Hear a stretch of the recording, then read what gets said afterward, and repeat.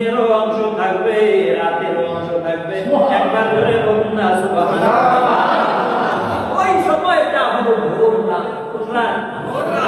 ভোরের অংশ আছে, রাতেরও অংশ আছে। আল্লাহ রাব্বুল আলামিন রাতকেও বেতার করলেন না, দিনকেও বেতার করলেন না। দুইটার মাঝামাঝি সময় আপনার আমার পয়গম্বর দুনিয়ার এই জমিনে প্রেরণ করেছেন, বলেন আলহামদুলিল্লাহ। আল্লাহ আব্দুল মুত্তালিব তার সন্তান সহ 10 সন্তান সহ সবাই অপেক্ষমান, সবাই জানে আজ আমার নবী দুনিয়ায় আসবে।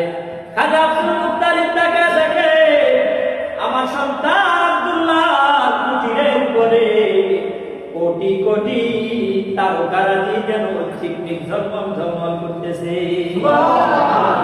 উনি একবার আসমানের দিকে তাকায়, হায় রে আসমানের তারকারাজি গুলো মনে হয় আব্দুল্লাহ খেজুর গাছের ছাইনি ওই ঘরের উপরে নাই মারছেনি, কিন্তু না না তাকায় দেখে আসমানের তারকাগুলো আসমানে আছে।